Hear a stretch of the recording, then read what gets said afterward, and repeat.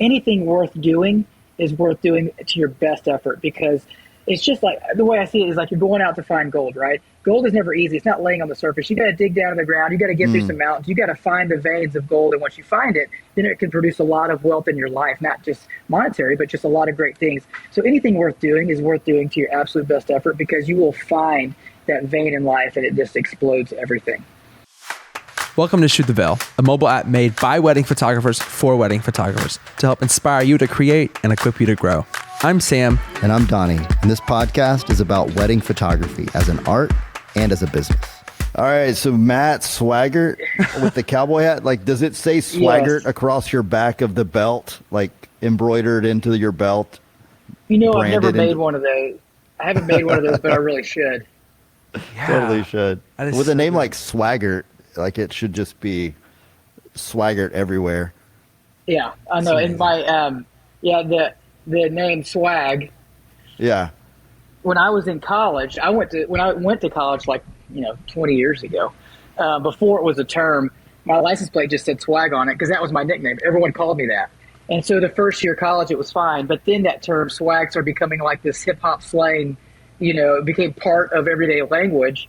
And it had like a whole like identity attached to it. So then I'm riding around campus, all of a sudden I'm getting dirty looks out of nowhere. Like, who is this guy? Who does he think he is? I'm like, it's just my name. I'm not like being swaggy or anything. It's just my name. Yeah. They're mad because they tried to buy that license plate. That's what it was. That's probably what it was. Yeah.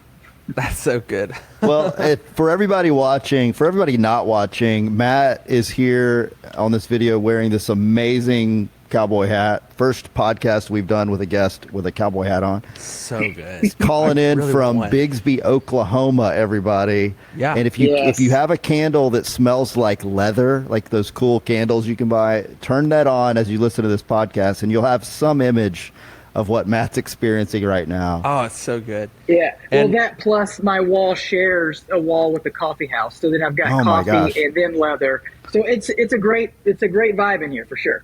Could you be any more masculine? I feel like you need I think if I weighed about 30 or 40 pounds more. Wow, that's awesome, man. Well, let's get this podcast rolling so you can get out and like rustle some cows or whatever happens in Oklahoma. He's got to go harvest his leather. Oh, that's gross. Yeah. Man, for anybody. That's funny.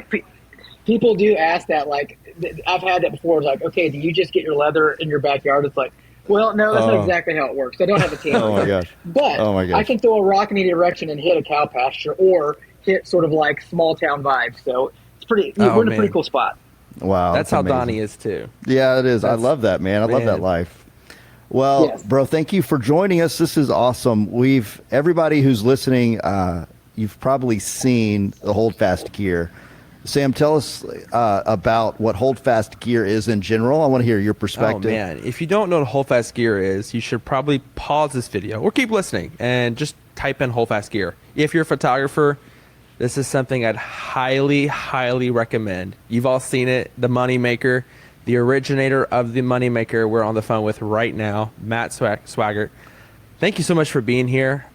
We are super excited to just kind of hear more about your story. We had an intro call with you the other day, and man, I was literally crying within the first 20 minutes because I feel like we had such a great connection, and just you have a beautiful story, and I'm really excited to kind of retell that, so to speak, and hear a little more about how you're here, who was Matthew Swaggart before this, and who are you now, and Holdfast gear, and your favorite straps, whatever that is, and just have a fun time doing all that. Yeah. Yeah, for sure. So let's go back to the beginnings. You didn't start as a cowboy leather maker. You started as a photographer, like everybody else listening. Go back to the beginning. Like, how did it get going? Well, I originally went to school for graphic design for video. I thought I wanted to get into video production, and then, that was kind of in the early days of After Effects and all those kinds of things. And so I was originally went to school for video production and had no desire or respect or interest in photography or photographers in general. It was just not even on my radar. Did some summer school in Europe, bought a little Kodak DC-290, which was kind of those early digital cameras. just to take pictures, while I was there. And, wow, like 2 megabytes. While I was, oh yes, two. Yeah, it was. Yeah, 2 megapixels. Yeah, 2 megapixels. It was hilarious. I actually still have the camera sitting on my shelf because it was sort of like what opened up a whole new world for me. So while I was over there doing some summer school, I just started taking pictures of everything I saw. And then all of a sudden that just kind of became a thing for me. I just enjoyed having it. And from then on out, that's all I ever wanted to do was be a photographer. So I was like 2 years into school when I bought this, when I saved money and spent $900 on this Kodak DC-290, which was way overpriced. It may have been $700, but either way, it was way too expensive for what it was. Yeah. But it was the early days, and so got that camera and totally just fell in love. I was like, and I went ahead and finished my degree in video production, but I was like, I just want to take pictures. That's all I wanted to do. So even in school, I started taking pictures for friends and started doing free stuff, and then started doing paid stuff, paid shoots for musicians and bands in the area and shooting shows and whatever. And then started working at a church doing their whole graphic design while I was in college, doing their print, web, and video. Mm-hmm. And that's kind of what it's like. If anyone's ever worked at a church before, you don't just do a singular job. It's like wear one hat, but then you have 15 other hats on your desk that you got to switch on all the time, which makes it really fun, So started doing that, and then when you're involved in a church, you just come to meet a lot of people. So there's always people getting married, and so people kept asking me to shoot their weddings, and I would always say no because number one, I wasn't interested. Number two, I was scared to death of it, and number three, I was like, what made me scared was, okay, you only have one shot at this. You can't do retakes. So I kept saying no. Well, then finally comes a point in time of my early photography career where I just needed to upgrade my equipment. I mean, I had a Fujifilm camera with like the standard 18 to 300, really cheap do-it-all lens. Yeah. And I spent years with that lens and loved it. But then you start realizing the limitations of that kind of gear, as you move on, and you start discovering prime lenses, and you want to shoot in low light and all this kind of stuff. And so finally, I agreed to shoot a wedding for $400, so I can put it towards a different lens. Mm-hmm. And so that was in early 2000s, and I hated it. But when I was done, I was like, that was a rush. It was all this pressure that was very uncomfortable, but because of that pressure and your run and gun, I was like, There's kind of an excitement to that, but I hated it. So a few months went by. Somebody asked me to shoot their wedding. I shot that one for another $400. And, next thing you know, 10 years later, I've got a strong wedding photography career leading into the 2010s. And it was one of those things where a passion and a skill found me without me thinking about it or looking for it. Yeah. See that happen 10 a lot. years.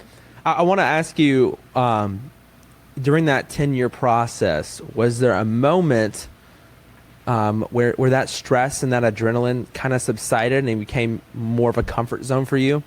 Was it ever because a lot of times we start wedding photography, it is a very it's a stressful thing. You don't get retakes, right? So that's one of those reasons why a lot of photographers, family photographers or portrait photographers, don't even venture down that route because they know if they mess up, what if that, that's someone's that's their biggest day, whatever. Was there a moment, was there a time I'm getting the hang of this. I don't have to be, just scared or stressed of this wedding day. What did that happen to you at all during that 10-year process where you're like, I've got the hang of this. It's another Saturday. Yeah, that's a good question because I'm so many years removed from shooting wedding photography, so it's kind of fun going back into the dusty recesses of my brain to think about that. Pulling out the archives, and wedding photography was a special time in my life, and one of the things that I loved about it, ever since a kid, I've always enjoyed Legos and puzzles, putting things together, figuring things out, taking things apart, putting it back. I remember taking apart my Game Boy and putting it back together as a kid.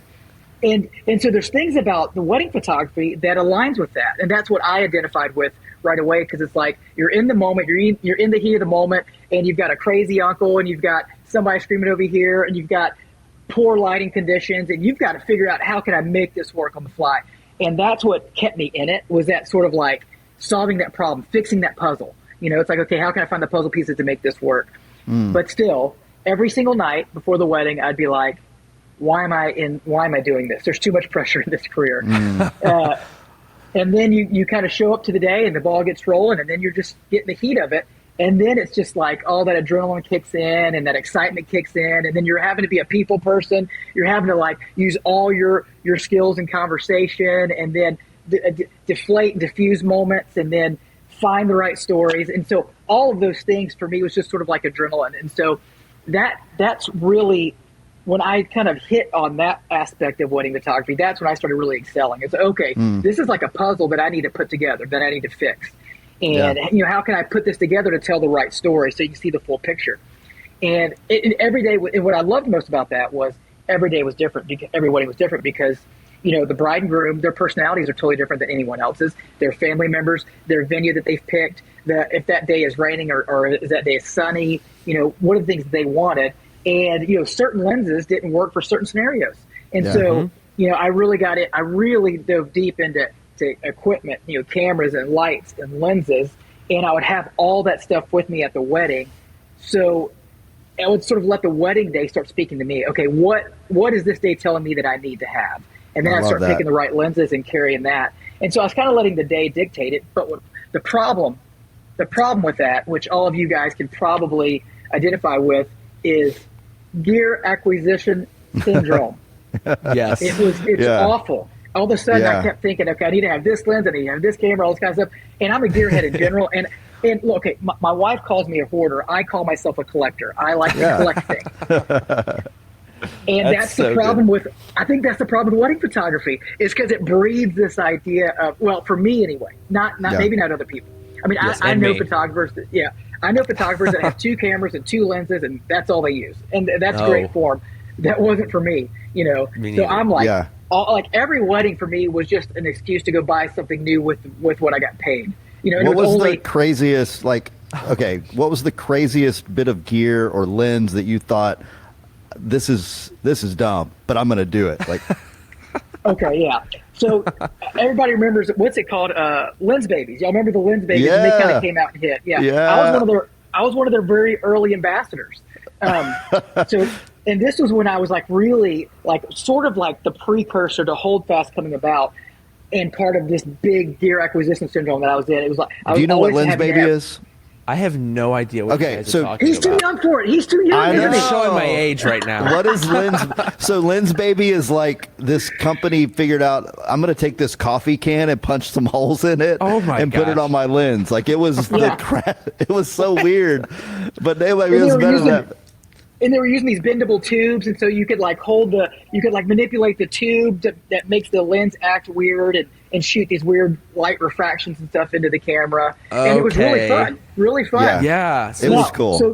So go ahead. I took that to the next level. The craziest thing that I ever did was I took that to the next level, and I started making my own lenses, and I was putting like colored chunks of film in there and just like literally the crappiest things I could make. And I was like using lens caps so they'd mount onto the camera. And I'd shoot full weddings like as my center. So I'd shoot with 2 main bodies and 2 main lenses, and then I'd have a creative piece in the middle. And this one would be just like either some dumb, stupid lens that I created, or a Lens Baby, or just something That's random. So cool. That is so weird. I love that. And so the I still have several of my homemade lenses, and I'm telling you, I go back and look at the images. I was like, I don't know why I ever thought this was a good idea, but occasionally something was kind of cool that came from it, But that is wild. In today's like my Wild world, West days. Yeah.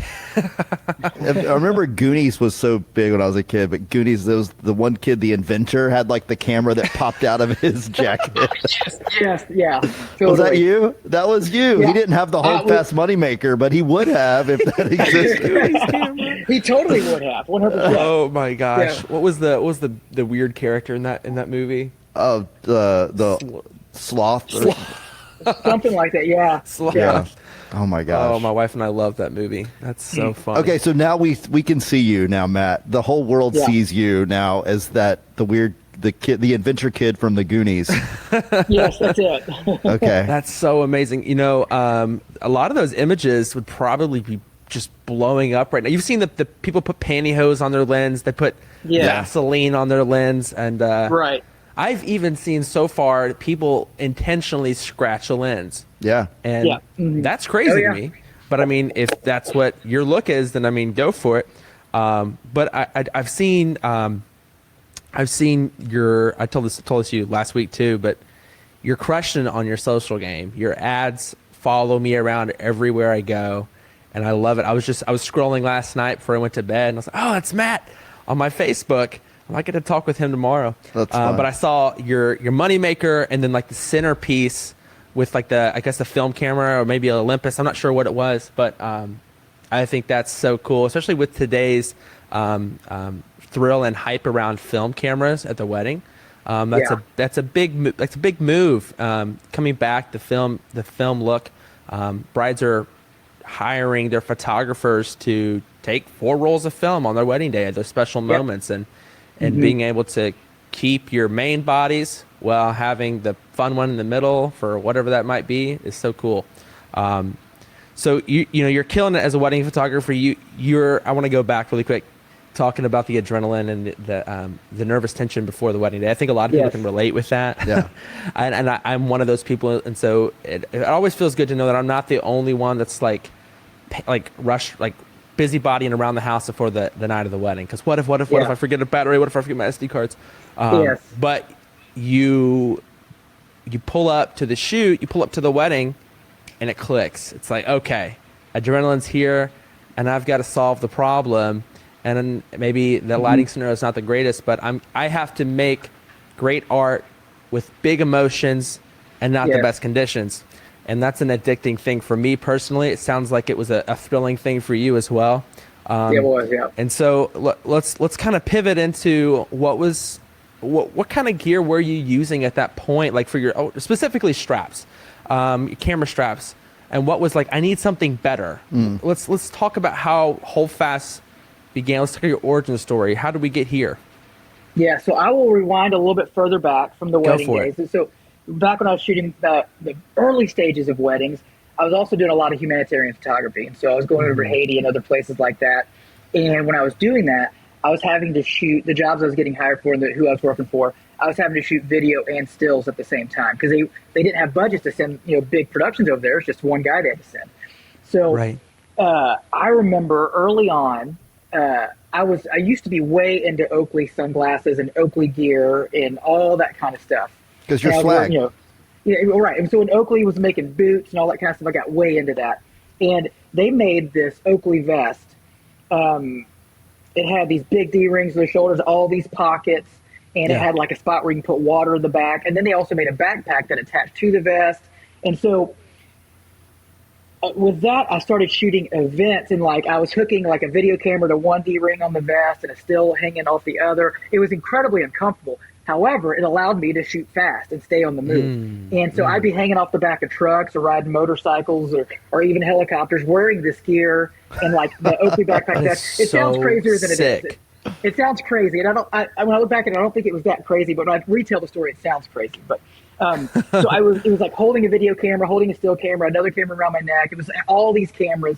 And so that's what planted the seed. So back then I was never thinking, man, I want to create a system for photographers. I was just like, okay, how can I make things work for me? And I had used up to that. And so through the years, I was using all the waist belts, the chest rigs, all the different things that were made for photographers. I had bought it all and used it all. Yeah. And there's so many great products out there for photographers. I mean, it's really neat that we have all these choices. And all the products I was buying, they all worked to a degree. They didn't quite get there to exactly what I needed, but they weren't bad products. They just weren't exactly what I needed. And so I had spent all this money on gear and all this kind of stuff. And so I had this Rolodex of experiences and gear that I was using all the time in all these scenarios that I was in. So then I want to fast forward from that. That was early 2000s. I want to move into my, skip a whole bunch of years into 2010. I was having my second child, a beautiful girl. And so I had a boy already, and I was about to have a girl. And around that time in life, I mean, this is something that I think everyone can identify with as creatives and photographers. There's a seasonality to what we do. There's times where we're loving every shoot, we're loving every job, we're just on a high. of all the work we're producing. And then there are these seasons where, look, we're just not getting fun jobs. Every job just seems like you're just kind of sludging through it. It just almost just seems it's just not fun. So there's times where you love it. There's times where you're just not excited about it. So I was in this time in my life where I was just like, had been a year of just doing maybe some jobs that I didn't feel like I was super creative. I just didn't love what I was doing every day. I just felt like it just didn't feel fun, So I was in one of these down times creatively. I was turning 30. And so now we're mixing in me turning 30, layering this on top of this down season. I felt like maybe my wheels were spinning. I didn't know if this was my calling or if this was what I was supposed to be doing in life. I had a wedding that I had just shot around that time where all these buddies I went to college with, I got hired to shoot a wedding. I show up and it's all these guys I went to college with are in this wedding, and they didn't know they hired me, and I didn't know I was going to shoot their wedding. It was so when I showed up, I was like, oh, all these guys. Well, then they're like, well, who are you? Like, why are you shooting our wedding? Because, we all went to school together. They had all left and done big, great things. They were in ministry or business or doing these things at their 30s. And then they're like, you're the hired help. It was kind of like this weird feeling. So I remember coming home from that wedding and thinking, like talking to my wife, I was like, babe, did I miss something? Like all these guys are doing these cool things, and they kind of made me feel this kind of way. Did I go wrong somewhere? But I felt like I hadn't gone wrong, but it was just sort of like this weird, way that made me feel. So now we're entering that 30. I felt like I should be on a clear path. I'm seeing some friends and peers in photography. Their careers are really taking off. I felt mine was kind of flatlining, So it was just like this weird mix. Now I have my second child, and when she's born, beautiful baby girl, and when she's born with a cleft. And this is something we didn't see on any of the sonograms or anything. We didn't expect it. So it's just from her nostril down, it was just wide open there, just a kind of a hole there, And I remember thinking, because I told you guys I worked at church. I was raised in church. My whole life I was in church, and so I've always had this relationship with God, but my viewpoint was very immature up to this point. When that happened, you start thinking, you start wondering, okay, did I leave a door open? Did I make a mistake? Why is this happening to me? Right? Yeah. So I'm having all these thoughts as a dad and a young dad. It's like, okay, wow, my baby girl is born with this. Is she going to be in surgeries the rest of her life? Is she gonna be disfigured in some way? Will she be made fun of? I can't protect her from these things. How did I let this happen? God, why did this happen? God, are you real? Where are you in all of this? And so you kind of go into these. It's an interesting thought when you start having these sort of little darts come at you, these little thoughts hitting you, and if you don't know how to control them, it just kind of creates this tailspin. And if you don't know a way out of it, you can lose control really quickly. So that's good. Let's talk about the layers really quick. I was in a down point creatively. I didn't really know where I was going, or I felt like I wasn't sure where I was going. And then my daughter's born with some issues that I think I can't fix. I don't know what's going on. Yeah, and so that was in February. That was in August of 2010. Okay. You kind of go through, forgive me guys, I do get emotional when I talk about this because it's so close to home. But I remember I would just hold my baby daughter at night. I'd pace the house late at night, and I would just be crying out like, why is this happening? Yeah. Why is this happening to her? Why does she have to deal with this? Why do my wife and I have to deal with it? Like, what are these things, And so I think within 3 months, she had her first surgery. A few months later, she had another surgery. So she's had maybe a dozen or so, maybe a little less, procedures over the years. Yeah. When you're going through it, you don't always see. It's hard to see the sunlight through all the darkness, And I was letting that compound on me and just sort of like come on top of me, I'm 30 years old. Did I make the wrong call? Did I pick the right jobs? All these things. Did I lead my family into a bad path? Where am I going? And through those years, it's, there's financial struggles, all those sorts of things that a lot of people deal with, and I was letting it compound on me. So, fast forward into February of 2011, and I was at a low point. I had let all those thoughts, all those little darts coming at me and hitting me just break me down.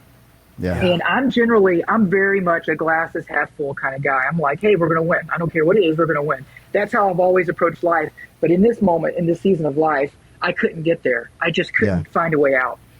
And it was like this just tailspin of like getting into depression and oppression, all those sorts of things. Wow. And I remember thinking, I don't know how many people, I'm just going to tell my story how it happened. I don't know how it hits you guys or not, or whoever's listening, but I've never been on a fast before up to this point in time.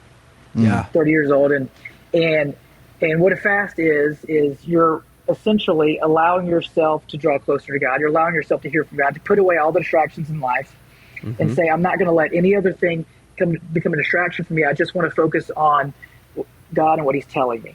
So it's an intentional time of no food, just water only. Right.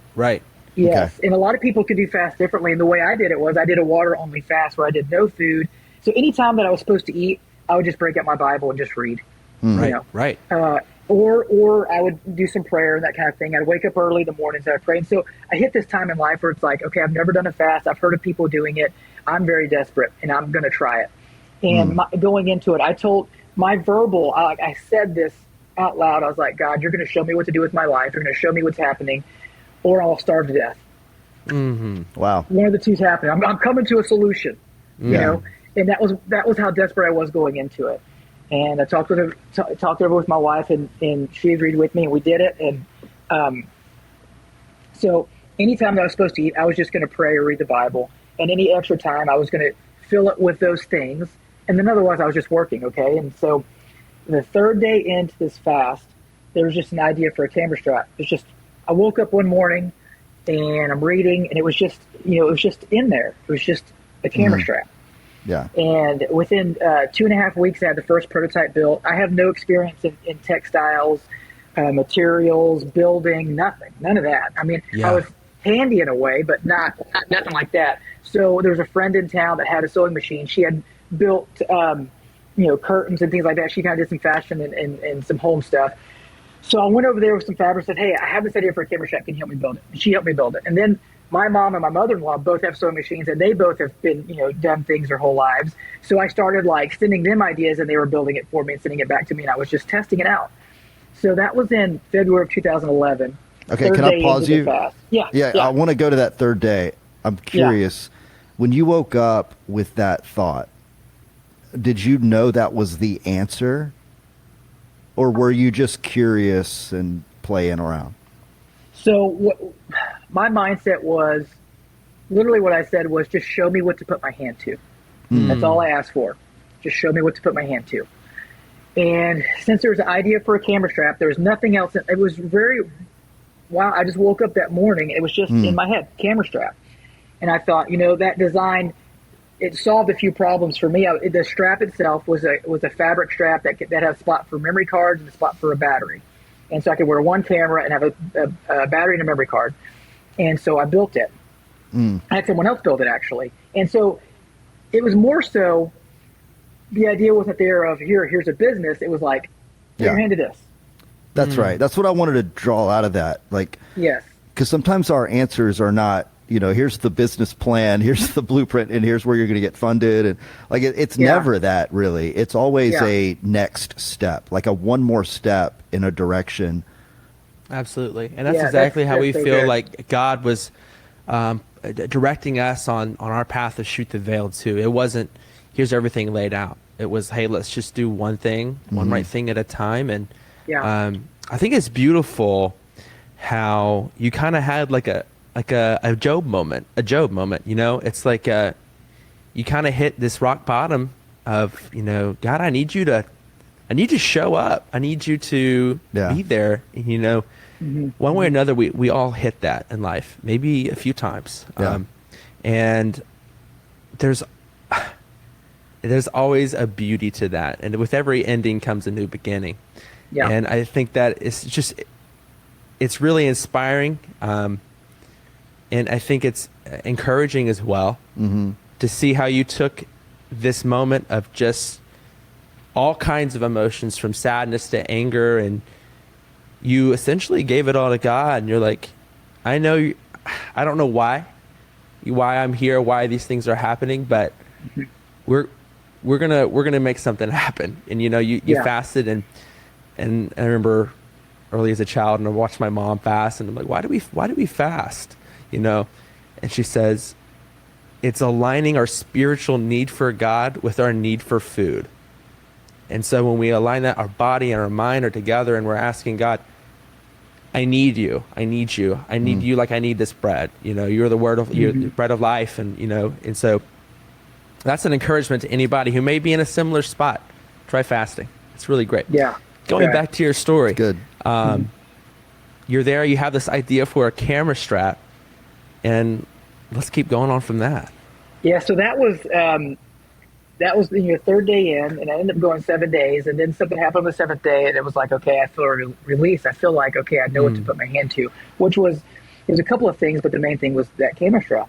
And what I love about the process is, and going back to what you said, Donnie, was that for me, it wasn't this big grand plan that I just woke up and I had this full plan. It was this one camera strap, just one strap. So I built that strap, but then another idea came, and then another idea came, and then another idea came, and it just was like a snowball effect. So that was in February of 2011, and by November of 2011, we had a website up and products were selling. And I can't even, I look back at that time, I don't really remember a whole lot of what was happening, because I was doing video production in the day, I was doing weddings and shoots on the weekends, and then building these things out. Anytime in all my free time, which when you're a new dad, you don't get a lot of. So it just kind I'm of learning that. Right. It was just kind of a blur. And to speak to you, Sam, dude, take advantage of every little second, because it just goes. I've got 3 now, and my oldest is 16 and my youngest is 9. So it all just goes fast. Oh, man. I'm learning that. I just was, before I left this morning, just staring at my little girl in the crib. I was like, oh my gosh, she's 5 months. And I'm like, oh my gosh, please stop. Just stay here. Can we stay here for like a year? And, we're just soaking it up. Yeah. At least I think I'm soaking it up. I think I might get 5 years down the road and be like, man, I should have never worked. Or take more pictures. Take more pictures. Yeah, you can't soak it up enough, really. You just can't. So just do it the best you can. It's right. So from 2011 to 2014, it was. I was still working video production. I was still doing weddings, and I was just doing hold fast. My wife and I put the kids to bed, and we would just work in the evenings. Work into the night. I remember there was a period of times during that season where I'd shoot a wedding on a weekend, and then I would just stay up all night long just to get the pictures edited, so I'd have some free time later in the week to do hold fast or anything else. Man, I love that. That's so good. Just work through the night. Just good. I want to pull a couple pieces out before you keep going. Yes. One, I'm distracted by this little cool piece to your story. Is it true that you went from, did you say February to November? By November, you had the website launched. Is that about 9 months? It's about 8 to 9 months, I think. Is that so? You it had this sort of gestation period. We're just talking about babies and stuff. I just think it's cool that I love when God gives these little nuances to a story that just make it fun. And there's a poetry to that. So you literally, maybe not literally is the right word, the opposite of literally, you figuratively gave birth to a new idea, and it took about 9 months. I've never thought of it. Yeah, I've never thought about it that way. I love that. Yeah. So in 9 months, and when it's right, it just really works. Like all the things just click. And when you're in the zone. So you were in the zone. You were creating again. All that, all the endorphins were pumping. Like you woke up every day thinking about it. Like that's such a beautiful time. Like it's so amazing. Yeah. It feels like we're like God in that sense. We're creating, and there's just a rush of creativity. So in 9 months, you got there. And then what I also want to draw out is you for a season you pushed way harder than is healthy, but it was okay for a season, because God, especially during times of our life when we're young, we're building, we're creating, we're adding new things. It is expected that you work way harder than a normal person.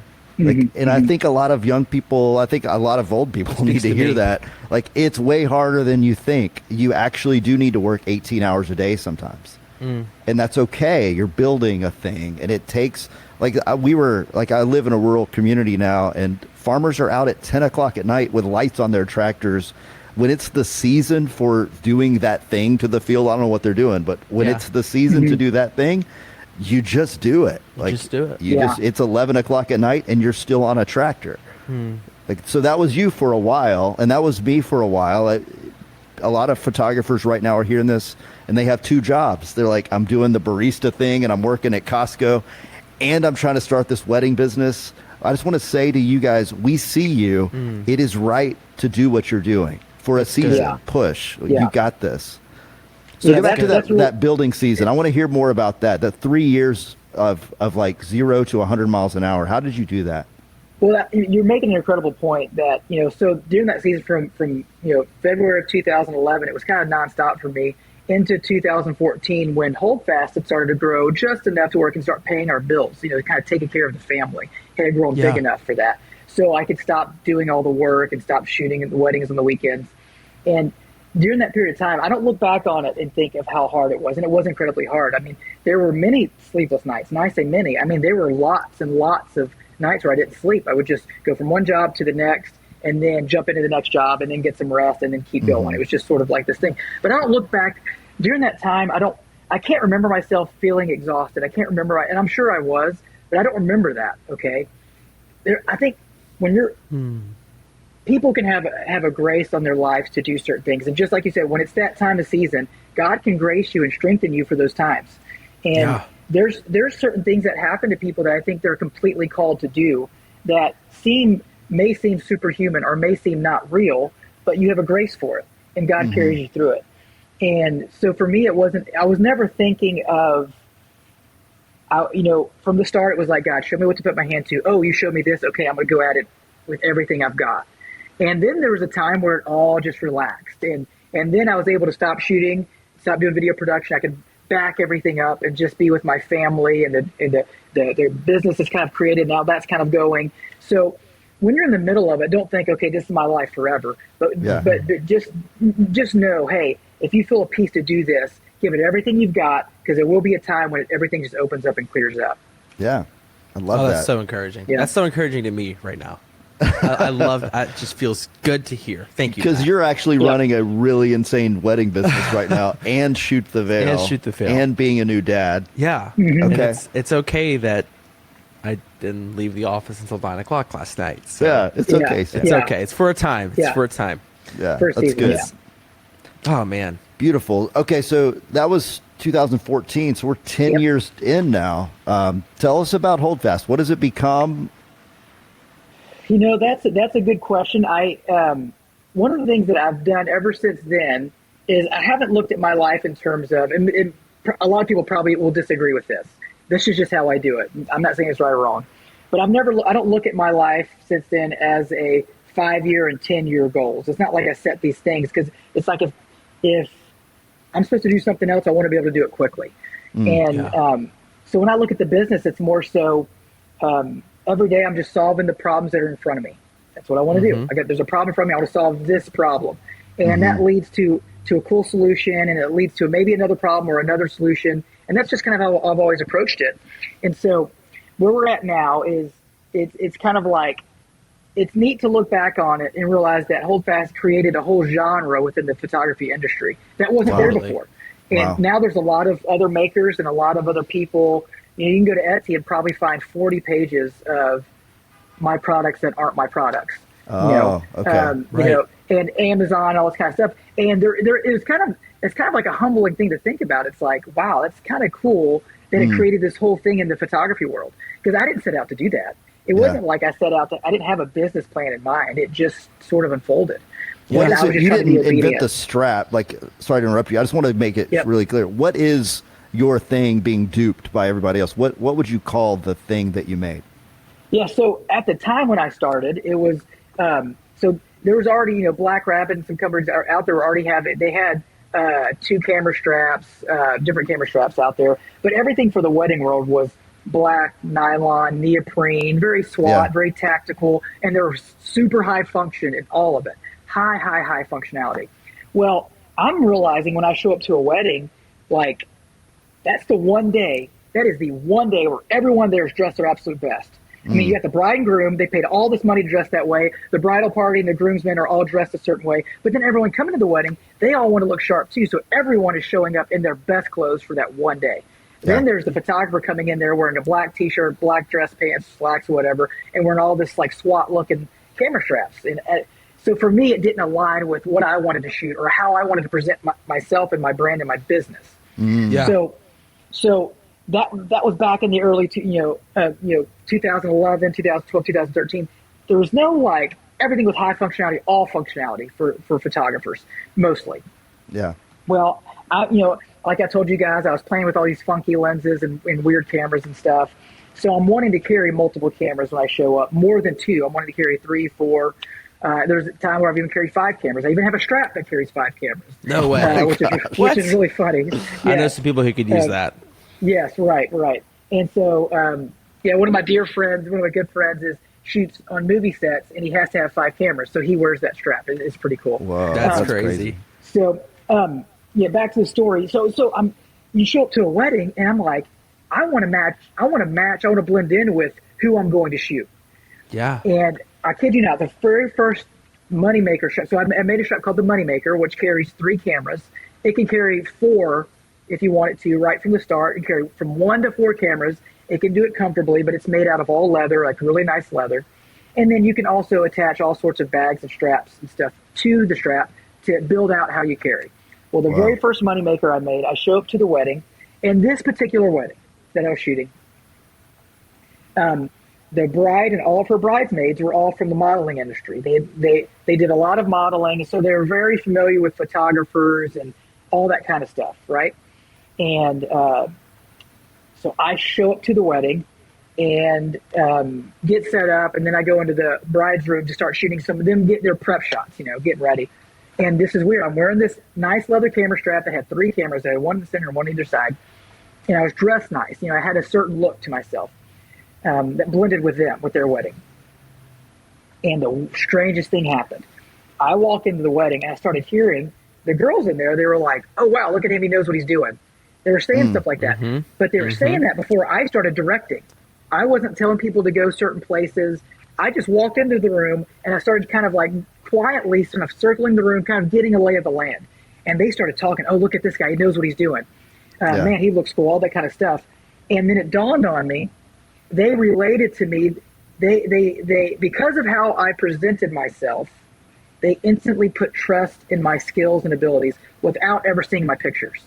Yeah. And it was like this light bulb moment went off. I was like, oh my gosh, I might be onto something really big here. So then the rest of that day, my ability to direct the shoot, to interact with people was so easy. I wasn't having to earn their trust and respect. I mean, there's so many times where you show up to a wedding and you start trying to tell people, direct people, and they kind of look at you a little bit funny, or maybe they don't want to do what you're asking to do. You kind of have to work into this. Okay, just trust me. It's going to be cool. It's going to be really cool. Just do this. And then, as photographers, you kind of go through that. Well, in this moment at that wedding, it was like, whoa, I didn't have to do any of that workup. They just did what I said. Yeah. Easy. Yeah. And so I said, okay, let me put this to the test. So the next couple of weddings, I would show up that way, or I'd show up in my old way. And it was like, wow, there's something to presenting. And I get the idea. There's this old school way of thinking about photography. You want to be a fly on the wall. The photographer should never be seen. And I get that in some scenarios and in some instances. But for me and how I wanted to shoot weddings, that wasn't working for me. It was my experience that was very hard. It was very slow. It was very distracting. When I presented myself in a particular way, people trusted me much easier, and I could just work more freely. And here's the cool thing about it. I started having people come up to me at weddings and say, hey, can I have your business card? I've got a friend of mine's getting married. This never happened before. But purely based on how I looked, they were making a judgment on my work, on my skills and ability based on how I presented myself. They didn't see my pictures. And they may have never seen my pictures, but there's something about how I presented that worked for them. So then that's when it really hit me. Okay, we're on to something with this. And so then it just like was just like all in. And so I had a couple of friends that were shooting. I was giving them straps. They would put it on and wear it backwards or upside down. But they were like, man, this is cool. I like wearing it, And it just sort of blew up from there. And so the multi-camera strap called the Money Maker, to answer your question, that's what we made. And it carries a camera on either side, and it carries either two from the center position or just one in the center position. And now it seems simple. It's two leather straps and some other leather accessories and the right shackles and clasps and everything for it to hold the camera. And so because it seems so simple, a lot of people copied that idea, which I get. I understand that. Obviously, it hurts in the moment, but you get it, Yeah. Wow. I remember going back to those early days, there's something about when you take charge of the wedding that it's not that you're domineering or like it is the opposite of the fly on the wall, but I think the fly on the wall is actually a cop-out because it takes energy and effort and confidence and preparation in order to be the leader in the midst of chaos. And there's something that we've been saying since the beginning, like when you dress the part, not only do they see you differently, but you see yourself differently. When you show up with cases and your gear's put together and you're put together, it sounds like the Moneymaker, like the leather strap that looks like, no, I take myself seriously. And you should too. You're saying all of that without saying a word. And then when you're kind and you're generous with your creativity and your people see your vision, they just want to trust you. Like you have their bias when you start. Like they want to know that this guy knows what he's doing or this lady clearly knows what she's doing. I'm going to follow her into this creative day. Like it's an adventure and I'm going to follow that leader because they look like the leader. That's so good. And as much as people say don't judge a book by its cover, right? We all do it. Yeah. That's something that's natural to us. That's natural. Yes. And it also reminds me of what that podcast we did with Miles with Boyer. Amazing guys. Go listen to that podcast. But he said he pulled up and he's wearing his Photoco Moneymaker, which is people can go check that out on Holdfast Gear right now and get one. Miles Whitboyer is amazing photographer, but he dresses the part. And he said that he's pre-ceremonies taking photos, and the dad of the bride comes up and says, and this sticks with me. He says, "Thank you for dressing like you want to be here." Yeah. I'd be paraphrasing. He said, "Thank you." He said, "Thank you for looking like you want to be here." Yeah. And That's I just incredible. thought that was so good, and it kind of goes right back to what you were saying. People automatically trust the person who acts like they take their job seriously and dresses the part. Yeah. And I've seen it in my own business too. And so when my full team comes up and we're wearing a uniform and we're acting professional, we dress professional, we're taking care of ourselves, people will just trust us. And there's just a different aura involved in that than just showing up in a black tee. And there's something about directing a group of people, like especially the guys, like the groomsmen. Especially the groomsmen. Like they're half of them are drunk already by the time you're doing pictures. Yes. But they need that extra boost of like, this guy knows what he's doing. This lady knows what she's doing. Yeah. So 100%. Yeah. So you gave people that sort of extra little boost, and you felt it, and you knew you were onto something. Let's keep going, keep digging. So that was probably a few years into it existing, and then you start seeing like Amazon, Etsy dupes of everything. Where are you now? Where does this go? I know you're not planning 10 years out, but what about next week? Yeah. So, for me, it's like I'm always solving a problem I have. So, one of the more recent ones is there's times where you want to carry a backpack. Okay. Now, you just have to carry a backpack where you're walking through an airport or something like that, or you're out sightseeing. For instance, we go to, I love to take the kids. I love going to theme parks. They're just a lot of fun. I feel like a kid again. So if we go to Disney or if we go to Silver Dollar City or whatever, I've got the 3 kids. So I got a backpack on. It might rain that day, so there's an umbrella. I've got some water bottles in there. There's just things you have to carry. But being a photographer, I always want to have a camera with me, right? So one of the more recent, problems that arose in those scenarios was I want to have a backpack, but I want to easily carry my cameras. I don't want to carry a Moneymaker that a backpack on top or whatever. So I designed a backpack that can actually, it mixes a moneymaker with a backpack. So then I can wear this backpack. I can carry 3 cameras on the front, and then there's a bag on the back. But nothing is fighting with each other. It all just is ergonomical. It's all comfortable. It's all fast. That is amazing. So when I go to theme parks, I'll start with this backpack totally empty, or maybe 1 or 2 items in it. But I'll have my 2 cameras attached to it. And it just slides right up the shoulder strap where I can shoot and work. And then if the kids buy something throughout the day, or buying water bottles, whatever, it just gets thrown in the backpack. So I've got a place for everything, but I've got my cameras, and nothing. And all the dads at the park are like, this guy knows what he's doing. Yeah. That's exactly right. They're like, who's this guy? Oh my gosh. And so, yeah, and there was a just before that, it was I came up with an idea for a bag that you can wear on the moneymaker, where it's kind of like a backpack, but you can access it without taking it off, right? So the backpack, you've got to take one shoulder strap off to get inside the bag or whatever, or sling it around to the front to get things out. So you can wear the moneymaker and a bag attaches to the back or to the side. You can even wear it in the front too, but then you can put lenses in it, lenses and a flash or whatever. And the cool thing about that, people just see the picture of it. They're like, that's the dumbest thing I've ever seen. It's like, okay, well, have you tried it? Well, no. There's no reason to try it. Okay, I get it. But once you try it, then it makes sense. It's like wearing a backpack. You don't have to take off. You can just reach back and get what you want. And literally, it's like reaching in your back pocket and pulling out. So for me, to answer your question, it's what are problems that I run into? How can I solve it? Yeah. And so the next big one, let you guys in on it. I've been slowly rolling it out. This is cool. I'm excited. Our moneymaker is, I didn't even think about it. I should have brought it with me, but we are updating the moneymaker connection. I designed a shackle for the moneymaker years ago, early on, that could support 2,000 pounds. It was very quick and easy to get into. It's stainless steel. It will never break. It'll never fail. It's got some drawbacks to it that some people complain about. I mean, nothing's perfect, and I found that I can't make a perfect product. Somebody somewhere is going to complain about something, and so I'm never trying to make it.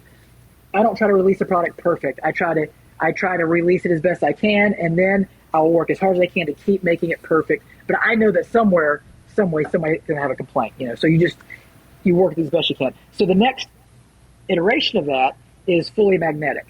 So I was just thinking, I was like, oh my gosh, if there's going to be a really cool way to do magnetic, I want all of it.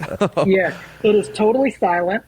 It is about 40, it produces a moneymaker. The whole strap's about 40% lighter than the original. No way. And so and it's very fast. I mean, click on, click off, extremely fast. And so I still see a need for people that are going to still enjoy the original moneymaker with the stainless steel shackle and all that. And there's things that can do. But then also there's times where I think the moneymaker magnetic edition will also be better. So that's the big thing that I'm solving right now. I've been working on that for the past few months, and there's one little piece of the puzzle that I'm dialing in.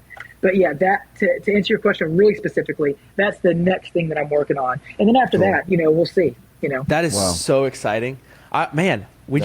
I'm pumped to get our new straps in. By the way, we're so excited. Yeah. And anybody listening, if you're listening to this in the month of June, please note we have a giveaway going on, and graciously enough, Matt has offered to throw in one of the custom money makers. It's $260 value, and so if you're entering into this giveaway, you have the chance to win a new money maker too. Yeah. We just got 2 for ourselves, and I cannot wait to show up to the wedding and show it off. Yeah. I mean, there's just something really cool about wearing this piece of gear. It gets so many compliments. Yeah. And you're exactly right. One, you get a ton of people asking, that is so cool, where'd you get it? And you know what you're talking about. I think I'm just going to wear it even without a camera. I'm just going to wear it all the time. Like, just clip it onto my... Yeah. Okay, so this is funny. Back in the early days, that's what I did. I just thought it was the coolest thing. So one of the things in my mind that drew me to this style was, I love Westerns and I love cop movies, all this kind of stuff. And ever since I was a kid, that detective character in cop films, he was always wearing a shirt and tie, and then he had his leather gun holster on. And he just looked cool. He always looked cool. So that was I call it the holster.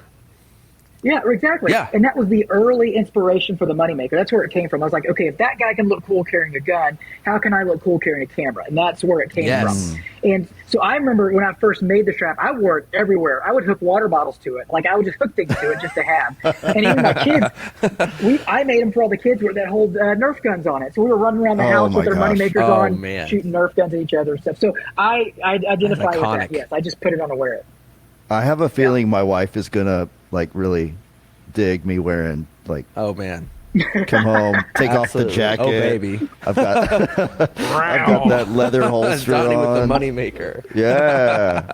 All right, bro. No, it looks really good. And I'm super excited for this magnet version. I'll have to get another one. That's gonna be huge, man. Well, that's the great thing. The way I try to design all my products to where it isn't like it deletes the other one that you have and you have to buy a whole new thing. Right. You'll be able to just spend a few bucks to get the upgrade and not have to buy a whole new setup. Yeah. So you're not Apple. So you're not Apple. Exactly. Right. Yeah. Right. I got a drawer right now on my desk that has like every iteration of the Apple plug because I know at some point I might find it something. I was like, okay, here's the old one. Right. So you can't throw it away, but you're forced to buy a new one. Yeah. Yes. Oh my God. Man, you're such a generous creator, and you create for photographers because you are one. You're not a corporation. You're creating what people need, and I love even just what you just said, that you're iterating. You're not completely scrapping and starting over. And I think a lot of there's a thing called what is it?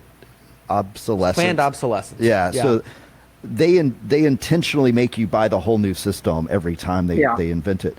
You're not doing that because you are a photographer and you care about the people you're serving. And I love that as a company, I see that in you. And I think every photographer who's buying the dupes or people who are looking at Etsy or finding like the Amazon version of it, there's something about when it comes from you, there's a craftsmanship, but there's also a future proofing. Like I'm going to grow with this company. I imagine I would have that Moneymaker for 20 years. Like it's going to hold up, and as you bring new stuff to market, it's going to work with my old one.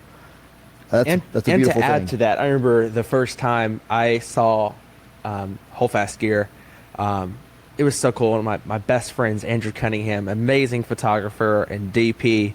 And we started out together. He said, "You're not going to believe it just came in. I just got the Moneymaker from Holdfast Gear." And I mean, he had the stickers that came with it. He's putting on his Pelican case. He's putting it over here. And I mean, it was cool. I mean, I was like, that is awesome. I want a piece of that action. And I mean, we'd second shoot with each other, and you'd see just like you said, the bridesmaids, the grooms, I'd be like, dude, you know what you're talking about. You got your dual wielding holster on, and I mean, you look badass. I want a piece of that. Yeah. And man, I got mine. That's so cool. It's so cool. There's a certain presence to it. There's certain about, like, even from photographer to photographer, there's this cool level up when you wear one of those. So love your brand. I love what you've done. It is just it's really cool to see, and it's been a big help to the photographer world. So thank you for that.